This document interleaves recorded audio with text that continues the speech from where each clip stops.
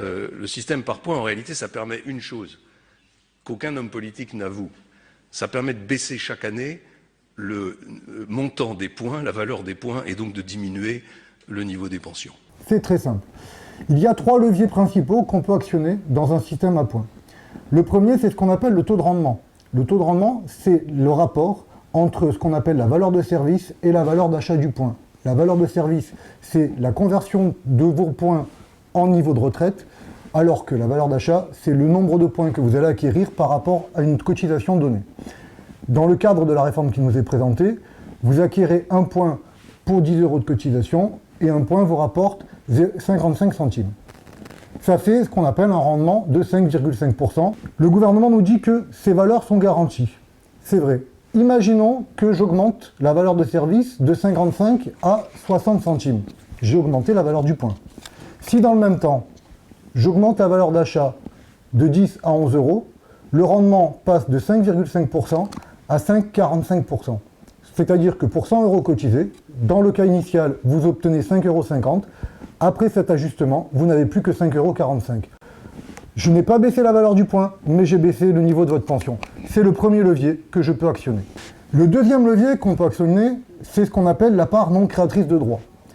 Dans le rapport de loi, 10% de votre cotisation prélevée sur les 28,12% n'apporte pas de droit. C'est-à-dire qu'en fait, vous ne cotisez que sur 25% pour acquérir des droits. Le reste, c'est la solidarité.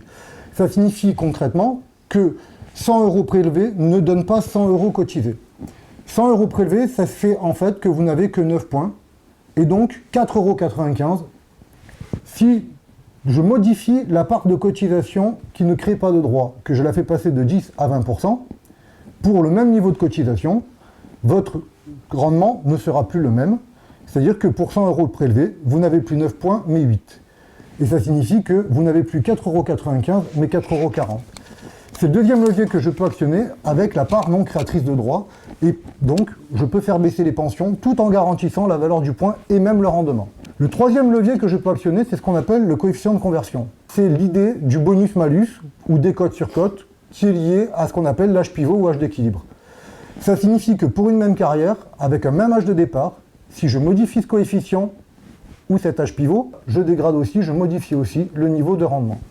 Par exemple, si vous partez à 64 ans, vous n'avez pas de décote et donc vous partez avec le taux à 5,5%, le fameux taux plein. Mais si je modifie l'âge d'équilibre et que je fais passer cet âge d'équilibre de 64 à 65 ans, j'introduis donc une décote pour un départ à 64 ans. Ça signifie que vous partez au même âge, mais avec moins de droits. C'est le troisième levier. Et ces leviers sont indépendants, mais peuvent être actionnés de façon concomitante.